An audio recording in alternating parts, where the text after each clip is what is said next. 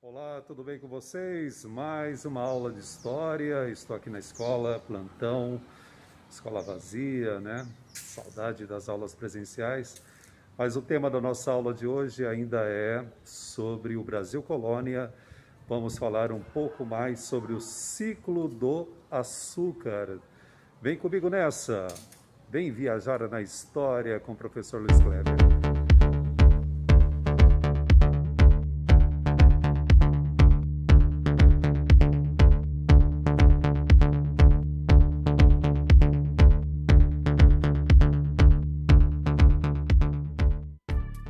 Vamos lá para mais uma aula de história. O ciclo do açúcar é o tema de hoje, continuando com o tema Brasil Colônia, o ciclo da cana-de-açúcar.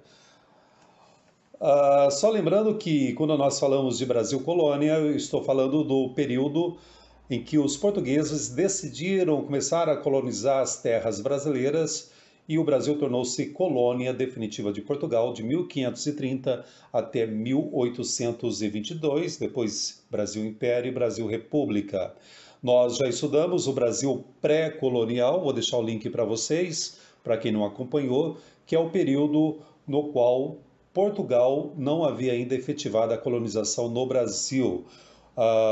Durante este primeiro momento, nós tivemos o ciclo econômico do pau-brasil, daí que vem o nome também do nosso país, Brasil, por causa da madeira, por causa dessa árvore, o pau-brasil, que estará no centro desse ciclo do Brasil pré-colônia, principal produto, além de outros produtos, mas esse era o principal que era extraído de nossas terras. Portugal decide colonizar o Brasil e vai escolher cana-de-açúcar. Daqui a pouco eu vou falar os motivos. Então, nós temos o ciclo da cana-de-açúcar. Lembrando, quando eu falo ciclo, eu estou falando quando era o principal produto. Não que o pau-brasil deixará de ser explorado, não que a cana-de-açúcar depois deixará de ser plantada, tanto é que até os dias atuais cana-de-açúcar é bastante rentável, principalmente no estado de São Paulo e também em outras regiões do Brasil. O ouro, o ciclo do ouro no século XVIII, o ciclo do algodão, que era conhecido também como o ouro branco, depois o ciclo do café, o ciclo da borracha, isso até o início do século XX. Mas o tema da nossa aula é o Brasil colônia, então vamos falar sobre o ciclo da cana-de-açúcar, a economia açucareira. Pessoal, vocês estão observando aí na imagem uma plantação de cana-de-açúcar. A cana-de-açúcar, lembrando que o açúcar ele não provém só da cana-de-açúcar, né? Nós temos também a questão da beterraba outras plantas, né? Outros meios do cultivo do açúcar. Mas o principal é a cana-de-açúcar. Por que Portugal decide pelo plantio da cana-de-açúcar aqui no Brasil? Primeiro motivo, a questão do relevo, do solo e do clima. O clima tropical, principalmente no Nordeste brasileiro, tanto é que a principal produção que nós teremos, os principais engenhos, essa principal produção ficará localizada no Nordeste brasileiro. Tanto é que o Nordeste brasileiro ficará conhecido como o Nordeste açucareiro. O produto era muito usado já na Europa, Portugal já conhecia bem, os europeus já conheciam, já utilizavam o açúcar. Lembrando que o açúcar foi introduzido na Europa, foi introduzido em Portugal através dos árabes. Depois, Portugal já começou a produzir em algumas de suas terras que eram exploradas o açúcar e decidiu pelo açúcar no Brasil, justamente pensando na parte lucrativa. Brasil decide, ou seja, Portugal decide colonizar o Brasil e busca um produto altamente lucrativo, o açúcar, que tem um preço, um alto valor lá na Europa. Muito bem, como se dará o plantio da cana-de-açúcar? Lembrando que quando Portugal decide colonizar o Brasil, transformar o Brasil em capitanias hereditárias, depois nós temos a questão do governo geral, vou deixar o link para você que não acompanhou essa aula de história. Portugal está sem dinheiro e ela vai buscar o quê? a coroa portuguesa vai buscar financiamento para essa ocupação do território brasileiro. E será utilizado o sistema de plantation ou plantação, que é um tipo de sistema agrícola que é baseado na monocultura, na exportação mediante a utilização de latifúndios e na mão de obra escrava. Quando nós falamos de monocultura, há todo um problema em relação à monocultura, porque é um desgaste do solo. O homem medieval já havia descoberto isso, né? Tanto é que na Idade Média nós tínhamos a rotação de cultura para preservar essa fertilidade do solo, mas nós teremos a utilização da monocultura. Lembrando que essas características que eu estou passando aqui do plantation para vocês são características também da colônia de exploração. O Brasil será uma colônia de exploração em relação a Portugal. Nós tivemos colônias de povoamento, e isso nas colônias inglesas do norte. Ok? Então, toda a América Latina nós teremos colônias de exploração. Então, a monocultura, uma única cultura, cana-de-açúcar, voltada a essa cultura, essa produção para exportação. Aqui é uma colônia de exploração, explorar as terras para dar lucro para a metrópole Portugal. A outra característica que nós temos é os grandes proprietários de terras, nós chamamos de latifúndios, ou seja, grandes extensões de terras nas mãos de poucas pessoas, essas pessoas que foram privilegiadas, entre aspas, que terão que produzir a cana-de-açúcar, ter que produzir o açúcar e pagar impostos para Portugal, justamente em cima de toda essa produção açucareira. E a utilização da mão de obra primeira, a mão de obra escrava indígena, o indígena que não dará certo, esse tipo de mão de obra escrava, que será um tema das nossas próximas aulas, assim como a mão de obra escrava negra, oriunda da África, que será utilizada durante todo o Brasil colônia, e nós teremos uma aula especial sobre a escravidão, tanto sobre a escravidão indígena quanto sobre a escravidão de negros. Ok? Então, guardem aí. Questão importante isso para o vestibular. Nós tivemos então a monocultura, a produção voltada para a exportação. Lembre-se do pacto colonial. O que é o pacto colonial?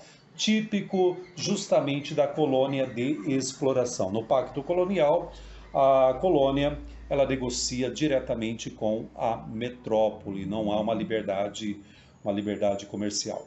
Grandes extensões de terras, os latifúndios nas mãos de poucas pessoas e a escravidão, tá? Também características, mais uma vez, da colônia de exploração. Olha só, pessoal, observando aí como que era o engenho de açúcar. É claro que aqui é um engenho de açúcar, vamos dizer assim, mais moderno.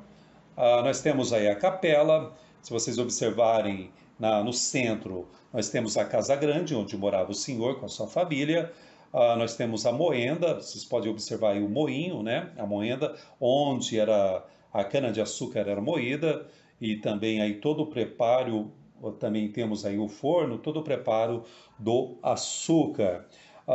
Se vocês observarem, nós temos a senzala ali ao lado da igreja. Só que nos engenhos, nos primeiros engenhos, e também nos engenhos, assim vamos dizer, o senhor também não tinha muito dinheiro, a senzala funcionava na parte inferior da Casa Grande, nos porões da Casa Grande, ok? Continuando com a nossa aula, o que acontece? Além do açúcar, você vai pensar, professor, mas eles viviam só do açúcar? Não, nós tínhamos um mercado interno, nós tínhamos uma economia interna, mas que não era voltada para exportação, mas para subsistência, vamos dizer assim, nós tínhamos plantação de mandioca, feijão, milho, trigo, nós tínhamos a questão da pecuária já presente no Brasil, é claro, para um abastecimento deste mercado interno. Ok? É importante salientar isso. A participação holandesa, eu falei que Portugal estava sem dinheiro, Portugal não tinha como investir nesses engenhos, aí vem a participação holandesa. Lembrando que a Holanda, Países Baixos, a Holanda é um país que preza pela liberdade religiosa, então nesta época podemos pensar em relação à reforma protestante, aos calvinistas que estavam fugindo da perseguição religiosa, calvinistas, burgueses, eles foram se estabelecer na Holanda e lá eles criaram bancos, empresas comerciais, então era um país rico, um país que tinha dinheiro. E lembrando também, um pouquinho antes desse período, nós tivemos a presença dos judeus que estavam também fugindo da perseguição religiosa. A Holanda irá financiar os engenhos, irá financiar também o transporte desse açúcar, e esse açúcar que não era refinado na maioria dos engenhos aqui do Brasil, ele tinha que ser refinado na Europa e a Holanda, os holandeses vão financiar esse refino do açúcar que ele saía aqui do Brasil no estado bruto. E a revenda também para toda a Europa deste açúcar. Lembrando que o açúcar foi altamente lucrativo. E foi a partir do açúcar que nós tivemos a introdução do trabalho escravo no Brasil. Uma triste página de nossa história. Depois teremos uma aula específica sobre isso. Para encerrar a aula, aqui na Baixada Santista nós temos o engenho dos Erasmos, São Jorge dos Erasmos, a mais antiga evidência física preservada da colonização portuguesa em território brasileiro. A construção de 1534, logo no início da fundação de São Vicente, pertencia à capitania de São Vicente, hoje fica em Santos, basicamente na divisa entre Santos e São Vicente. É um espaço administrado pela USP, pela Universidade de São Paulo, onde são realizadas pesquisas e também um espaço aberto para visitação, monitorada ou não. É claro que tem horários, ele se encontra fechado por causa da pandemia e tem horários especiais para visitação. Vale a pena você visitar o site oficial do Engenho dos Erasmos, aqui na Baixada Santista, a história presente bem perto da gente. Da gente, que eu falo, nós que estamos aqui na Baixada Santista, para você que está em São Paulo e para você que está fora de São Paulo, no Brasil, no mundo, vale a pena conferir também esta preservação da nossa história que está na cidade de Santos, que é o Memorial Engenho São Jorge dos Erasmos. Ok, pessoal? Muito obrigado a todos, obrigado por ter ficado comigo em mais uma aula de História.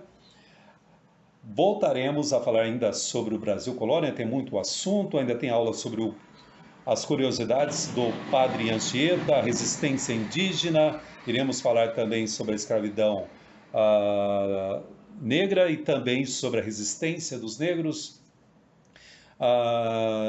Tem muito assunto ainda sobre o Brasil Colônia. Ok? Abraços, até a nossa próxima aula de História.